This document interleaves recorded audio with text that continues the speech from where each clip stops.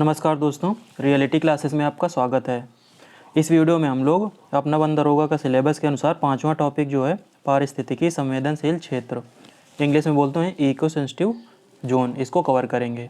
Video शुरू करने से पहले मैं आपको बता दूं कि कुछ लोग बार बार पूछ रहे हैं मैसेज में कि PDFs कैसे मिलेगी, या जो नए लोग भी ज्वाइन कर रहे हैं उनके लिए भी कि मैंने एक वीडियो इसी प्लेलिस्ट में बना दिया है, आप वहाँ पे जाके देख सकते हैं कि PDF आपको कैसे मिलेगी। दूसरी बात, सुनने में आ रहा है कि आपका एग्ज़ाम जो है ना वो मार्च मिड में हो सकता है, तो आप टेंशन मत लीजिए। आपको जितना पढ़ाया जा रहा है उसके नोट्स बनाइए और आराम से आपका 8 मार्च के पहले पहले मैं आपका सिलेबस ख़त्म कर दूंगा। और समय कम है, कम पढ़िए और बार बार उसका रिवीजन कीजिए। उसी से ही मतलब अभी नया टॉपिक आए हैं सब ये, और आपका समय कम है तो ज़्यादा यदि पढ़ेंगे तो याद रखने में बड़ी दिक्कत होगी। तो जो सिलेबस में हेडिंग्स पड़ी हुई हैं बस उनके अंदर कितना पूछ सकता है वो सब मैं यहाँ पे करा रहा हूँ। चलिए शुरू करते हैं। पॉइंट्स वाइज हम लोग यहाँ पे देखेंगे। पहला पॉइंट मैंने दिया है, मैंने यहाँ पे लिखा है पर्यावरण, वन और जलवायु परिवर्तन मंत्रालय, इंग्लिश में बोलते हैं मिनिस्ट्री ऑफ फॉरेस्ट पहले एनवायरनमेंट है, ministry of environment, forest and climate change, MOEFCC। जो ये टर्म है ये कई बार यूज होगा, इससे पहले वीडियो में आ चुका है, क्योंकि जो आपका पूरा सिलेबस है वो पर्यावरण, वन और जलवायु परिवर्तन यहीं पे बेस्ड है। तो बोल रहा है कि इस मंत्रालय की राष्ट्रीय वन्यजीव कार्य योजना 2, तो देखो ये भी पहले हम लोग देख चुके हैं। राष्ट्रीय वन्यजीव कार्य योजना तो आपका सेकंड पॉइंट है, मतलब सेकंड हेडिंग है ना सिलेबस में। तो जो 3 आए हैं उसमें दूसरे की बात हो रही है, जिसका टाइम पीरियड 2002 से 2016 के बीच में रहा था। तो उसमें ये निर्धारित किया गया था कि राज्यों को पर्यावरण संरक्षण अधिनियम 1986 के तहत राष्ट्रीय उद्यानों और वन्यजीव अभयारण्यों की सीमाओं के 10 किलोमीटर के भीतर आने वाली भूमि को पर्यावरण नाजुक क्षेत्र, इंग्लिश में बोलते हैं इको फ्रेजाइल जोन, या पर्यावरण संवेदनशील क्षेत्र घोषित करना चाहिए। तो चलिए समझ लेते हैं कि ये जो इको सेंसिटिव जोन्स हैं इसकी जो मतलब सोच है दिमाग में वो आई कहाँ से की, तो ये ministry of environment, forest and climate change, इसने जो राष्ट्रीय वन्यजीव कार्य योजना सेकेंड थी जिसका टाइम पीरियड 2002 से 2016 था, उसमें ये निर्धारित किया कि राज्य सरकारों को जो पर्यावरण संरक्षण अधिनियम 1986 है उसके तहत जो राष्ट्रीय उद्यान और वन्यजीव अभयारण्य, वाइल्ड लाइफ सेंचुरीज और नेशनल पार्क जो है ना उसकी सीमा के 10 किलोमीटर के भीतर, मतलब मान लो जहाँ से सीमा इनकी ख़त्म हो रही है, सर्कुलर सीमा होगी नेशनल पार्क या वाइल्ड लाइफ सेंचुरी की, तो उसकी सीमा के 10 किलोमीटर के जो एरिया आएगा उसको इको सेंसिटिव जोन घोषित किया जाएगा। चलिए अगला पॉइंट देखते हैं। ये लिखा है कि जो 10 किलोमीटर का जो नियम है कि 10 किलोमीटर की रेंज जो होगी उसको इको सेंसिटिव जोन घोषित किया जाएगा। ये एक मतलब सिद्धांत के रूप में लिया गया है, लेकिन इसमें परिवर्तन भी हो सकता है। तो 10 किलोमीटर का आप ये नियम दिमाग में रखिए और ये भी रखिए कि इसमें चेंज भी हो सकता है, क्वेश्चन किसी तरह से बन सकता है।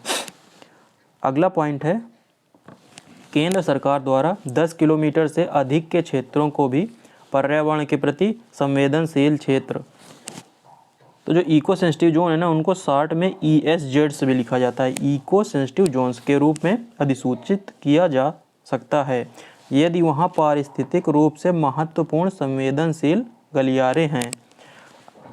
ये बोल रहा है कि ये जो इको सेंसिटिव जोन्स है ना ये 10 किलोमीटर से आगे भी एक्सटेंड हो सकते हैं। किस केस में? कि वहाँ पे एनवायरनमेंट के लिए इम्पोर्टेंट पासेस हैं वहाँ पे, उसके मतलब वो जो एरिया है वो और ज़्यादा फैल रहा है तो उनको तो मतलब इको सेंसिटिव जोन की जो लिमिट है वो 10 किलोमीटर से आगे भी हो सकती है। जो ये संवेदनशील गलियारे हैं ना, सेंसिटिव कॉरिडोर्स, तो इसका मतलब ये कोई एक रोड की बात नहीं हो रही है, सीधा सा एरिया की बात हो रही है कि यदि 10 किलोमीटर नेशनल पार्क्स या वाइल्ड लाइफ सेंचुरी जो हैं उसके 10 किलोमीटर की सीमा के बाद भी कुछ ऐसे सेंसिटिव एरियाज हैं तो वो भी उसी में आएंगे, इसमें इको सेंसिटिव जोन्स में। जितना मैंने यहाँ पे इस टॉपिक में बताया, इसके अलावा कुछ पढ़ने की ज़रूरत है नहीं है। जितना आप अपना मटेरियल बढ़ाएंगे कन्फ्यूजन बढ़ेगा, रिवीजन कीजिए और इतना पढ़िए आराम से, कोई दिक्कत नहीं है। मूल उद्देश्य यहाँ पे लिखा है कि जो इको सेंसिटिव जोन्स हैं इनको डिक्लेयर करने का मूल उद्देश्य क्या है। तो क्या लिखा है, राष्ट्रीय उद्यानों और वन्य जीव अभयारण्यों के आसपास कुछ गतिविधियों को विनियमित करना। ये जो नेशनल पार्क और वाइल्ड लाइफ सेंचुरीज है ना, उसके जो आसपास का एरिया है उसमें जो एक्टिविटीज़ हो रही हैं उनको रेगुलेट करना इसका मूल उद्देश्य है, ताकि संरक्षित क्षेत्रों को शामिल होने वाले नाजुक पारिस्थितिकी तंत्र पर ऐसी गतिविधियों के नकारात्मक प्रभावों को कम किया जा सके। कि जो नेशनल पार्क या वाइल्ड लाइफ सेंचुरीज के आसपास के एरिया में कोई ऐसी एक्टिविटी ना हो जिसका निगेटिव इम्पैक्ट नेशनल पार्क या वाइल्ड लाइफ सेंचुरीज पर पड़े, तो उनके जो निगेटिव इम्पैक्ट हैं उनको कम करने के लिए ये किया गया है। तो ये इसका मूल उद्देश्य हो गया कि इको सेंसिटिव जोन्स किस लिए डिक्लेयर किए जाते हैं। चलिए आगे चलते हैं। अब हम लोग देखेंगे कि जो इको सेंसिटिव जोन्स होते हैं उनमें जो एक्टिविटीज़ हैं वो किस तरह की होती हैं। ये जो पारिस्थितिकी संवेदनशील क्षेत्र है ना, ये इको सेंसिटिव जोन इंग्लिश में है। तो ए पॉइंट में लिखा है निषिद्ध गतिविधियाँ, मतलब प्रोहिबिटेड एक्टिविटीज़। इसका मतलब ये है कि इस हेडिंग में वो गतिविधियाँ बताई गई हैं जो आप इको सेंसिटिव जोन में नहीं कर सकते हैं। इसको मैं थोड़ा सा और नीचे तक जाऊँ, हाँ इसमें इतना है। तो इसमें क्या क्या लिखा है, वाणिज्यिक खनन, मतलब माइनिंग है ना जो कॉमर्शियलाइज्ड है, काफ़ी बड़े पैमाने पे जो माइनिंग है, माइनिंग नहीं कर सकते। आरा मिलें जो है ना वो आप नहीं लगा सकते। प्रदूषण फैलाने वाले उद्योग वो नहीं आप खोल सकते। ये इको सेंसिटिव जोन की बात हो रही है, नेशनल पार्क और वाइल्ड लाइफ सेंचुरी की बात नहीं हो रही। प्रमुख जल विद्युत परियोजनाओं की स्थापना, जो हाइड्रो इलेक्ट्रिक पावर प्लांट्स हैं बड़े साइज़ के, प्रमुख यहाँ पे इसलिए ये लगा हुआ है कि जो बड़े साइज़ के हाइड्रो इलेक्ट्रिक पावर प्लांट हैं, जो यहाँ पे बिजली है ना वो पानी जो होता है ना उसकी पोटेंशियल एनर्जी का यूज करके टरबाइन रन की जाती है जिससे बिजली बनती है। तो ये परियोजनाएं यहाँ पे नहीं लगाई जा सकती हैं। लकड़ी का व्यावसायिक उपयोग, जो लकड़ी है ना उसका आप कमर्शियल यूज नहीं कर सकते हैं, उसके लिए आपको बड़े पैमाने पे पेड़ों को काटना होगा, जो कि जो नेशनल पार्क है या वाइल्ड लाइफ सेंचुरी है उस पर निगेटिव इम्पैक्ट करेगा। आगे एक पॉइंट दिया गया है, इसमें भी कुछ गतिविधियां दी गई हैं। क्या लिखा है, राष्ट्रीय उद्यान के ऊपर हॉट एयर बलून्स जैसी पर्यटन गतिविधियां, अपशिष्टों का निर्वहन, मतलब जो अपशिष्ट पदार्थ निकलते हैं ना उनका डिस्चार्ज आप नहीं कर सकते हैं। कोई ठोस अपशिष्ट या खतरनाक पदार्थों का उत्पादन भी निषिद्ध है। जो सॉलिड वेस्ट है या अपशिष्ट को इंग्लिश में वेस्ट बोलते हैं, वेस्ट मटेरियल को अपशिष्ट बोलते हैं। तो सॉलिड जो वेस्ट है और जो खतरनाक वो खतरनाक एनवायरनमेंट के लिए भी हो सकते हैं और इंसानों के लिए भी हो सकते हैं, जानवरों के लिए भी हो सकते हैं। तो ऐसे पदार्थों का उत्पादन भी यहाँ पे प्रोहिबिटेड है, मना है। निषिद्ध का मतलब मना, सीधी सी बात है। पहला पॉइंट तो ये हो गया कि प्रोहिबिटेड एक्टिविटीज़ कौन कौन सी हैं, कहाँ पे, इको सेंसिटिव जोन्स में। दूसरा पॉइंट है विनियमित गतिविधियाँ, मतलब रेगुलेटेड एक्टिविटीज़, कि इन एक्टिविटीज़ पे कुछ बंधन होगा, मतलब ये एक्टिविटीज़ अलाउड तो हैं लेकिन उनमें कुछ सीमाएं निर्धारित की गई हैं। जैसे पेड़ों की कटाई, तो पेड़ों की कटाई इको सेंसिटिव जोन में पेड़ों की कटाई आप कर सकते हैं, लेकिन उसके लिए रेगुलेशन बनाए जाते हैं कि आप कितने लेवल तक कौन पेड़ काट सकते हैं, इस तरह से। होटलों और रिजॉर्ट्स की स्थापना, होटल और रिजॉर्ट भी यहाँ पे खुलते हैं, लेकिन उसके लिए भी रेगुलेशन को कंट्रोल किया जाता है। प्राकृतिक जल का व्यावसायिक उपयोग, जो नेचुरल वाटर है ना उसका अब कमर्शियल यूज है ना उसको करने को भी रेगुलेट किया जाता है। बिजली की लाइन खींचना, यहाँ इको सेंसिटिव जोन से जो इलेक्ट्रिसिटी लाइंस पास करती है ना उसको भी, उसके लिए भी नियम बनाए गए हैं। कृषि प्रणाली में भारी परिवर्तन, मतलब जो एग्रीकल्चरल टेक्निक है ना उसमें आप बड़े पैमाने पे परिवर्तन नहीं कर सकते हैं, जैसे प्रौद्योगिकी का अत्यधिक प्रयोग, मतलब टेक्नोलॉजी का अत्यधिक प्रयोग। इसका मतलब ये है कि बड़ी मशीनें आप वहाँ पे यूज नहीं कर सकते हैं, सीधा सा मतलब ये है। कीटनाशकों का प्रयोग, मतलब पेस्टिसाइड जो है ना उनका आप प्रयोग है ना उस पर रेगुलेशन है। और क्या है, अच्छा रेगुलेशन की बात हो रही है यहाँ पे, सड़कों को चौड़ा करना, जो सड़कें हैं ना उनको चौड़ा करने के लिए भी एक लिमिटेशन से यहाँ पे आपको लेनी पड़ेगी कि आप इससे ज़्यादा चौड़ा सड़क नहीं कर सकते हैं, क्योंकि वहाँ उससे वहाँ का जो नेचुरल एनवायरनमेंट है वो प्रभावित होगा। दूसरा पॉइंट हो गया रेगुलेटेड एक्टिविटीज़। तीसरा है अनुमति प्राप्त गतिविधियाँ, मतलब परमिटेड एक्टिविटीज़, जो यहाँ पे आप कर सकते हैं इको सेंसिटिव जोन में। क्या क्या है, वर्तमान में चल रही कृषि या बागवानी प्रथाओं को अपनाना, मतलब कि अभी जो नई टेक्निक्स आ रही हैं ना जिसमें मतलब पेस्टिसाइड्स का यूज कम होता है, और ऐसी टेक्निक जिससे कीड़े मकोड़ों को है ना हम लोग जो और दूसरे मतलब प्रकृति से हमको जो कुछ ऐसी चीज़ें मतलब बनाएं, दवाएं जो इस तरह की ना हो जो फैक्ट्रीज में बनती हैं, तो उनका यूज करके, और जैसे जो ज़मीन की उर्वरता है ना उसको फर्टिलाइजर्स का ज़्यादा पैमाने पे प्रयोग ना करें। तो लेटेस्ट जो टेक्नोलॉजीज हैं उस फील्ड में, मतलब हैवी मशीनरी की बात नहीं हो रही है, इस तरह की ना अभी लोग ऑर्गेनिक फार्मिंग की तरफ जा रहे हैं, तो वही आप समझ लीजिए। वर्षा जल संचयन, इसका मतलब है रेन वाटर हार्वेस्टिंग, तो रेन वाटर हार्वेस्टिंग आप यहाँ पे कर सकते हैं। जैविक खेती आ गया, देखो ऑर्गेनिक फार्मिंग है ना यहाँ पे अलाउ है। नवीकरणीय ऊर्जा स्रोतों का उपयोग, रिन्यूएबल जो एनर्जी रिसोर्सेस है ना उनका आप यूज कर सकते हैं। सभी गतिविधियों के लिए हरित प्रौद्योगिकी को अपनाना आदि।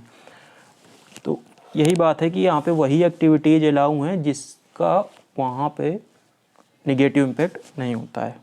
तो ये हो गई 3 तरह की एक्टिविटीज़, प्रोहिबिटेड, रेगुलेटेड और परमिटेड, मतलब निषिद्ध जो बैन है, रेगुलेटेड मतलब जिनके लिए नियम कानून बने हैं, और तीसरा है परमिटेड जो मतलब वहाँ पे कर सकते हैं।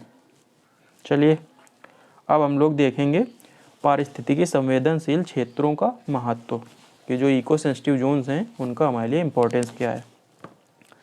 तो इसमें ए पॉइंट दिया गया है विकास की गतिविधियों के प्रभाव को कम करना, कि मतलब जो डेवलपमेंटल एक्टिविटीज़ हो रही हैं ना उनका जो इफ़ेक्ट पड़ रहा है मतलब नेचर पे, वहाँ उस एरिया में जो निगेटिव इम्पैक्ट की यहाँ पे बात हो रही है, नकारात्मक प्रभाव, तो उसको कम करना।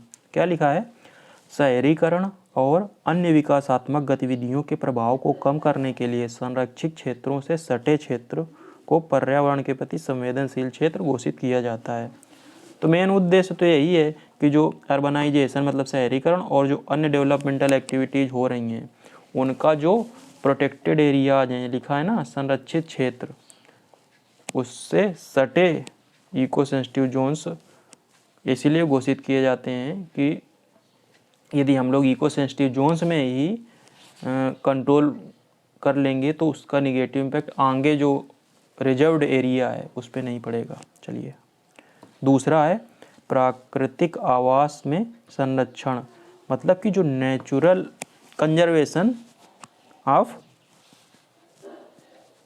नेचुरल जो फॉर्म है उसका कंजर्वेशन, कि जो वहाँ का जो पर्यावरण है उसको आप डिस्टर्ब मत करें, उसको उसके नेचुरल प्राकृतिक फॉर्म में ही रहने दें। क्या रहे, प्राकृतिक आवास में संरक्षण। अच्छा, इसका मतलब ये है कि वहाँ के जो जीव जंतु हैं ना उनका उसी जगह पे संरक्षण करना, कि है ना कि जैसे जो गिर नेशनल पार्क है वहाँ पे एशियाटिक जो लायंस हैं वो रहते हैं, ऐसे ही जैसे काजीरंगा नेशनल पार्क है ना, वहाँ का वन हॉर्न राइनो है उस, तो इस ये यहाँ पे मैंने लिखा भी है।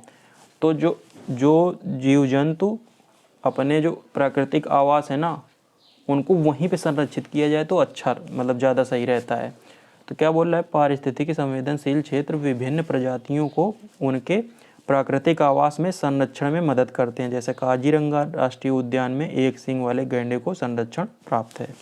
बात आप समझ गए होंगे कि जो जीव जंतु हैं ना उनको उनके नेचुरल आवास जो है ना, उनका प्राकृतिक आवास, वहाँ पे संरक्षण दिया जाए।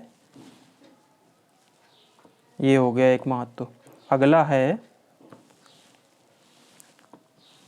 वनों के कटाव और मानव पशु संघर्ष को कम करना, कि जो जंगल धीरे धीरे काट काट के बिल्कुल कम कर दिए जा रहे हैं ना, जिसका बहुत निगेटिव इम्पैक्ट पड़ रहा है, तो इसको और मानव पशु संघर्ष, ह्यूमन एनिमल कॉन्फ्लिक्ट है, उसको भी कम करना है। तो इको सेंसिटिव जोन डिक्लेयर करने का इम्पोर्टेंस ये भी है। क्या लिखा है पढ़ देते हैं। पर्यावरण के प्रति संवेदनशील क्षेत्र वनों की कटाई और मानव पशु संघर्ष को कम करते हैं। अगला पॉइंट क्या लिखा है, संरक्षित क्षेत्र प्रबंधन के कोर और बफर मॉडल पर आधारित होते हैं, जिसके माध्यम से स्थानीय क्षेत्र के समुदायों को भी संरक्षण और लाभान्वित किया जाता है। यहाँ पे संरक्षण आना है, ये संरक्षण और लाभान्वित किया जाता है। इसका क्या मतलब है, क्या लिखा है कि जो संरक्षित क्षेत्र हैं प्रोटेक्टेड एरियाज वो कोर और बफर मॉडल पर आधारित हैं। अब कोर और बफर मॉडल क्या है कि जैसे मान लो ये एरिया है, तो ये बीच का जो एरिया है वो कोर है कि यहाँ पे तो कोई एक्टिविटीज़ बिल्कुल अलाउ नहीं है, और एक बफर एरिया है कि यहाँ पे कुछ एक्टिविटीज़ अलाउ हैं, वो इको सेंसिटिव जोन हो गए। तो यही कोर और बफर, मतलब इस कोर के बाहर का एरिया है वो बफर एरिया है कि कुछ एक्टिविटीज़ बफर एरिया में हैं और उन एक्टिविटीज़ का असर जो है ना वो कोर में बिल्कुल ना पड़े। तो जो प्रोटेक्टेड एरियाज हैं वो कोर और बफर मॉडल पर आधारित होते हैं, और इसके माध्यम से क्या लिखा है, स्थानीय क्षेत्र, मतलब वहाँ के जो लोकल आदिवासी समुदाय हैं ना उनको भी संरक्षण प्राप्त है, उनको भी लाभान्वित किया जाता है। समुदायों को संरक्षण प्राप्त है कि सीधी सी बात ये है कि उनका जो जहाँ पे वो रह रहे हैं उनको डिस्टर्ब ना किया जाए, और लाभान्वित किया जाता है कि बाहर के लोग वहाँ डिस्टर्ब ना करेंगे तो जो आदिवासी लोग हैं ना वो जंगलों पर अपनी कई सारी ज़रूरतों के लिए निर्भर करते हैं, तो उनका भी काम होता रहे। अगला देखते हैं, नाजुक पारिस्थितिक तंत्र पर नकारात्मक प्रभाव को कम करना। तो नाजुक ना, ये फ्रेजाइल जो है ना, उसी के लिए नाजुक हिंदी में लिखा है कि फ्रेजाइल जो पारिस्थितिक इकोसिस्टम है उस पर निगेटिव इम्पैक्ट को कम करना। फ्रेगाइल का मतलब ये है कि जो मतलब जल्दी डिस्टर्ब हो जाता है। फ्रेगाइल कांच के लिए यूज करते हैं ना, वही है ये। तो जो इकोसिस्टम है ना वो भी फ्रेगाइल मतलब बताया गया है उसको कि मतलब उसको आप यदि डिस्टर्ब करोगे ना तो नष्ट हो जाएगा, तो इसको कम करना। तो उसके लिए क्या लिखा है, 2 पॉइंट लिखे हैं। तो पहला पॉइंट क्या है, संरक्षित क्षेत्रों के आसपास पारिस्थितिक संवेदनशील क्षेत्र घोषित करने का उद्देश्य संरक्षित क्षेत्रों के लिए एक प्रकार का शॉक एब्जॉर्बर बनाना है।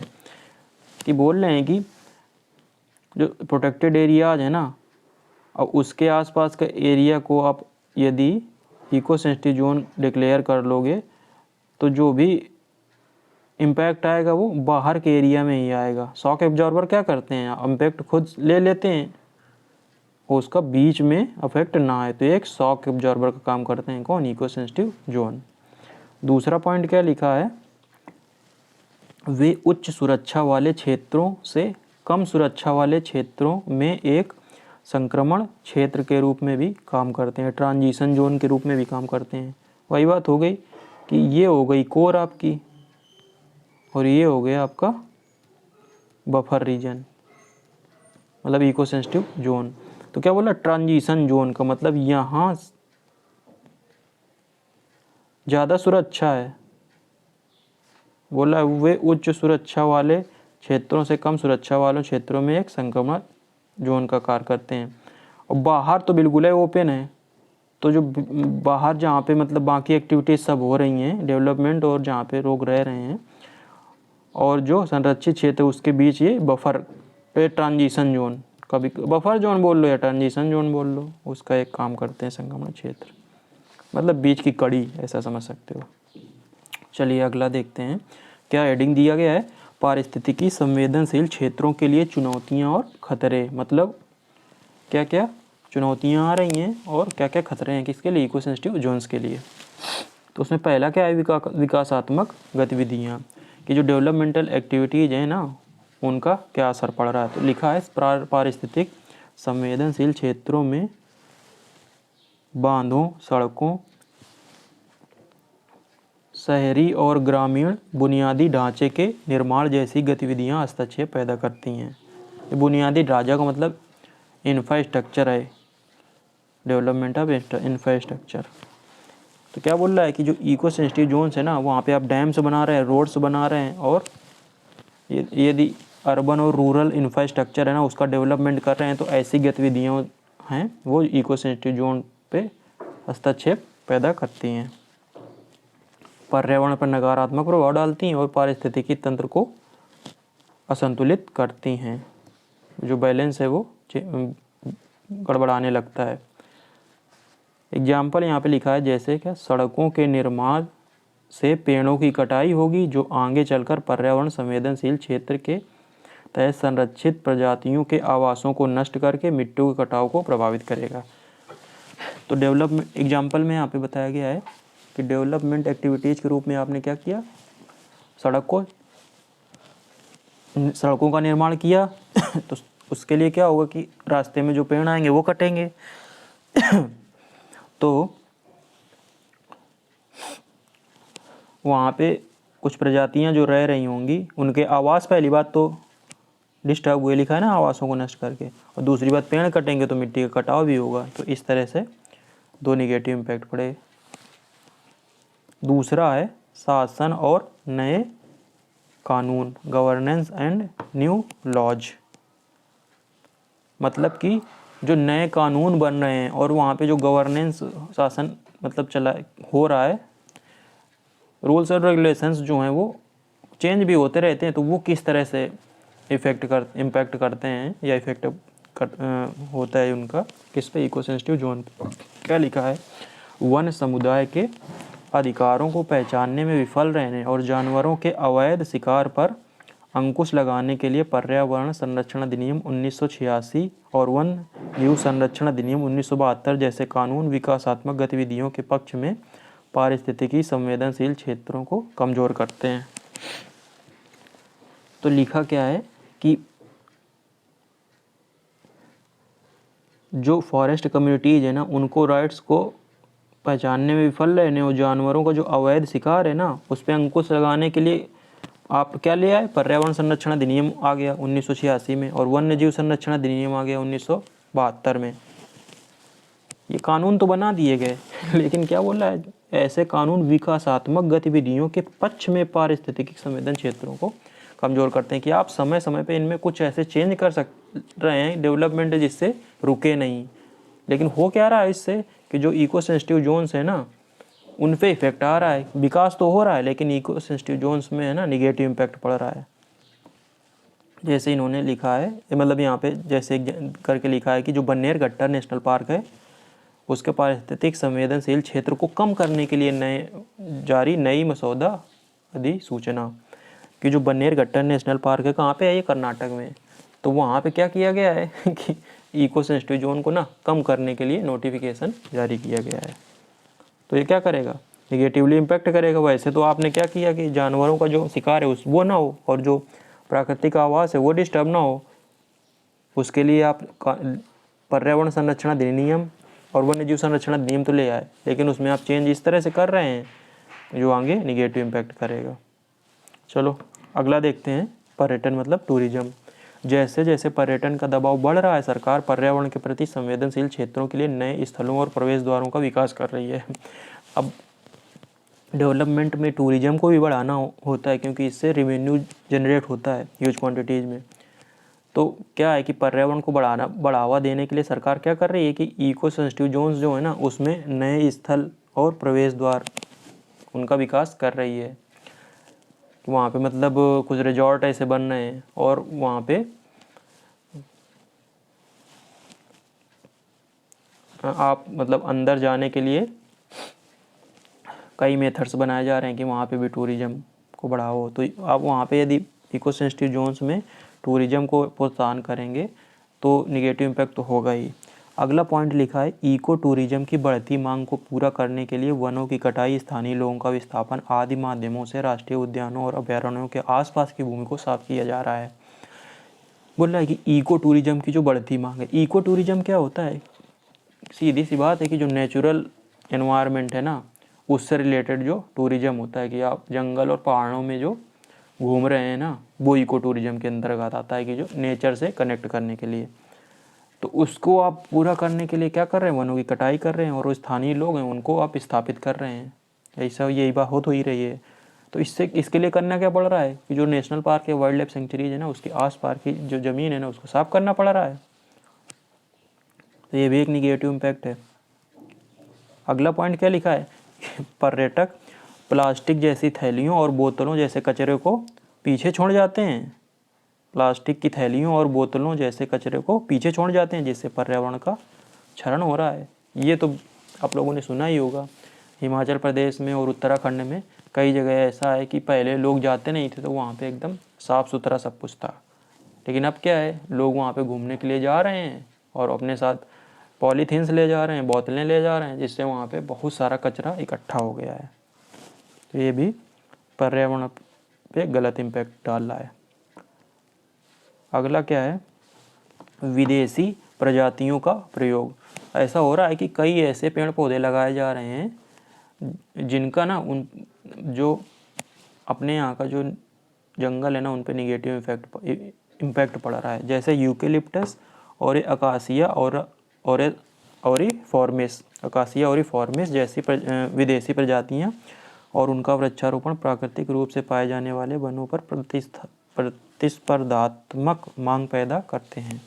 बात क्या है? जैसे यूकेलिप्टस है ना, इसको तो इकोलॉजिकल टेररिस्ट भी बोला जाता है क्योंकि ये पानी है ना बहुत खींचता है। तो पानी ये ज़्यादा खींच लेगा तो आसपास के जो पेड़ पौधे हैं ना उनको पानी की कमी हो जाएगी। तो यही लिखा है प्रतिस्पर्धात्मक मांग पैदा करते हैं कि जो आप विदेशी प्रजातियाँ यहाँ पे लेके आ रहे हैं वो वहाँ के जो लोकल पेड़ पौधे हैं ना उन पे निगेटिव इम्पैक्ट डाल रहे हैं। ऐसे ही अकासिया ऑरिफॉर्मिस लिखा हुआ है, ये बबूल के पेड़ की बात हो रही है जिसमें कांटे होते हैं। ये भी निगेटिव इम्पैक्ट करता है आसपास के पेड़ों पे। तो आप विदेशी प्रजातियों का जो उपयोग हो रहा है ये इकोसिस्टम पर निगेटिव इम्पैक्ट डाल रहा है।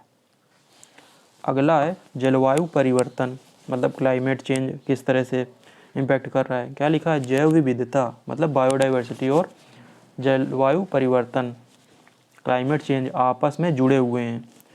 ये तो सीधी सी बात है, बायोडाइवर्सिटी और क्लाइमेट चेंज जुड़े हुए हैं कि आप बायोडाइवर्सिटी जो है उसको इफेक्ट करोगे तो आपका क्लाइमेट मतलब क्लाइमेट चेंज होगा तो बायोडाइवर्सिटी कम हो जाएगी। उदाहरण के लिए लिखा है वैश्विक तापन ना ग्लोबल वार्मिंग की बात हो रही है में वृद्धि ने पारिस्थितिक संवेदनशील क्षेत्रों पर भूमि जल और पारिस्थितिक तनाव उत्पन्न किया है। ग्लोबल वार्मिंग ने क्या, जो इको सेंसिटिव जोन्स है ना उनमें ज़मीन में, पानी में और पारिस्थितिक इकोलॉजिकल स्ट्रेस जनरेट किया है ज़मीन में और पानी में। सीधी सी बात है, जो ग्लोबल वार्मिंग हो रही है ना उस पर जो मतलब पेड़ हैं उन पे भी इम्पैक्ट हो रहा है और जो पानी है ना उस पर भी इम्पैक्ट हो रहा है, वाटर जो है। लिखा है जैसे जंगल की आग और असम में आने वाली बाढ़ ने काजीरंगा राष्ट्रीय उद्यान और इसके वन्य जीवन को बुरी तरह प्रभावित किया है। फॉरेस्ट फायर लगती रहती हैं अक्सर और जो असम में बाढ़ आ रही है उससे का जो काजीरंगा नेशनल पार्क है वहाँ का वन्य जीवन बुरी तरह प्रभावित हो रहा है। अगला है स्थानीय समुदाय मतलब लोकल कम्युनिटीज़। इन पे क्या असर पड़ रहा है? कृषि में उपयोग की जाने वाली स्लैश एंड बर्न टेक्निक बढ़ती जनसंख्या का दबाव और जलाऊ लकड़ी और वन उपज की बढ़ती मांग आदि संरक्षित क्षेत्रों पर दबाव डालती हैं। स्लैश एंड बर्न तकनीक ये है कि आप एरिया, झूम की खेती जैसे है ना, वही है ये कि आपने कुछ एरिया साफ किया और वहाँ पे खेती की। ऐसा आदिवासी लोग करते हैं जंगलों में, इनकी बात हो रही है। तो ज़मीन जंगल की साफ करके वहाँ पे कुछ ज़मीन साफ करके वहाँ पे जला देते हैं, मतलब हाँ, ज़मीन को साफ किया, वहाँ पे फिर कोई फसल बो दी, उसके बाद फसल काटने के बाद उसको जला देते हैं और फिर दूसरी जगह वो चले जाते हैं। शिफ्टिंग कल्टीवेशन है ना, वही है।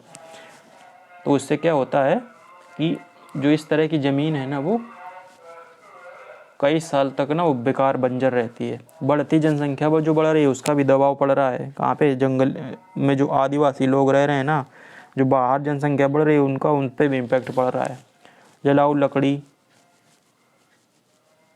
और वन उपज की बढ़ती मांग संरक्षित क्षेत्रों पर दबाव डाल रही है, ये तो बात है ही है। अगला है पारिस्थितिकी संवेदनशील क्षेत्रों की सुरक्षा। ये लास्ट पॉइंट है कि जो पारिस्थितिकी संवेदनशील क्षेत्र हैं, इको सेंसिटिव जोन्स है ना, उनकी सुरक्षा के लिए हम लोग क्या क्या कदम उठा सकते हैं। तो यहाँ पे ये 4 पॉइंट लिखे हुए हैं। क्या क्या लिखा है? इको रेस्टोरेशन को बढ़ावा देना। एक इको टूरिज्म था, अब ये हो गया इको रेस्टोरेशन। इको रेस्टोरेशन का मतलब है कि जो प्राकृतिक पर्यावरण है ना, उसको आप संरक्षित करें, रेस्टोर करें। कि जो डिस्टर्बेंस हो रहा है उसको आप अभी धीरे धीरे कम करें और उसको उसके मूल रूप में लाएं। दूसरा है जागरूकता को बढ़ाना। लोगों में अवेयरनेस भी तो होनी चाहिए।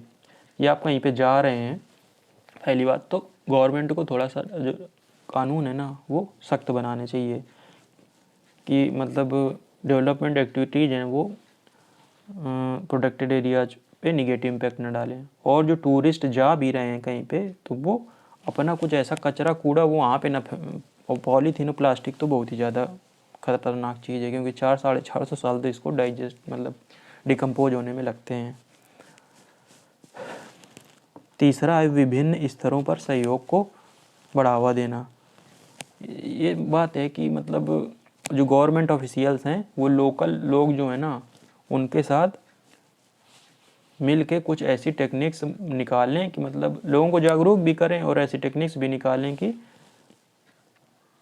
जो डिस्टर्बेंस हो रहा है पर्यावरण को वो कम से कम हो सके। अगला है पर्यावरण क्या है, यहाँ पे इको सेंसिटिव जोन की बात हो रही है तो वहाँ पे वही आप समझ लीजिए। लास्ट पॉइंट है सतत विकास लक्ष्यों को प्राप्त करना। SDG है ना, सस्टेनेबल डेवलपमेंट गोल्स, इनको प्राप्त करना ये भी है। तो सस्टेनेबल डेवलपमेंट गोल्स है ना वो इस तरह से हैं कि इस तरह का विकास होना चाहिए कि आगे की जो पीढ़ियां हैं ना मतलब डेवलपमेंट भी हो सके और कुछ इम्पोर्टेंट जो मतलब नेचर पे निगेटिव इम्पैक्ट ना हो विकास का, और जो हमारे आने वाली पीढ़ियां हैं ना उसको हमारे जो विकास है ना उसका निगेटिव इम्पैक्ट न फेस करना पड़े। तो ये 4 यहाँ पे पॉइंट लिखे हैं कि आप इको सेंसिटिव जोन्स को ऐसे प्रोटेक्ट कर सकते हैं। तो ये हो गया आपका टॉपिक पारिस्थितिकी संवेदनशील क्षेत्र। उम्मीद है आपको वीडियो पसंद आया होगा। चलिए मिलते हैं अगले वीडियो में, तब तक के लिए नमस्कार, धन्यवाद।